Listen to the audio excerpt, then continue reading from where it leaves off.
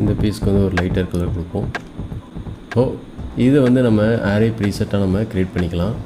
எக்ஸ்மஸ் tree ப்ரீசெட்டாக இதை நம்ம save பண்ணி வச்சுக்கலாம். ஓகே, இப்போ இந்த கிறிஸ்மஸ் ட்ரீ பண்ணியாச்சு. இதிலே வேறு பேட்டர்னை வந்து நம்ம வித்தியாசமாக க்ரியேட் பண்ண முடியும். இப்போ நான் ரிப்பீட்டை இன்க்ரீஸ் பண்ணியிருக்கேன் ஃபஸ்ட்டு ஸ்டேஜ்லேருந்து. இதை பாருங்கள், இந்த மாடல் எப்படி இருக்குது அப்படின்ட்டு. ஸோ எந்த மாதிரி ட்ரீ வேணாலும் நீங்கள் க்ரியேட் பண்ணிக்கலாம். இன்னொரு க்யூப் எடுத்துக்கிறேன், ஸ்கேல் டவுன் பண்ணுறேன், நைஃப் லோசோ ப்ரஷ் வச்சு இந்த மாதிரி நம்ம கட் பண்ணிக்கலாம். டேப்பர் கொடுத்துப்போம் இந்த ஷேப்புக்கு. அப்புறம் பெண்டு, இந்த பெண்டு மட்டும் இல்லாமல் இங்கே ஒரு பெண்டு கொடுத்தா நல்லாயிருக்கும். இப்போ அந்த ரவுண்ட்னஸ் எஃபெக்ட்டு கிடச்சிரும்.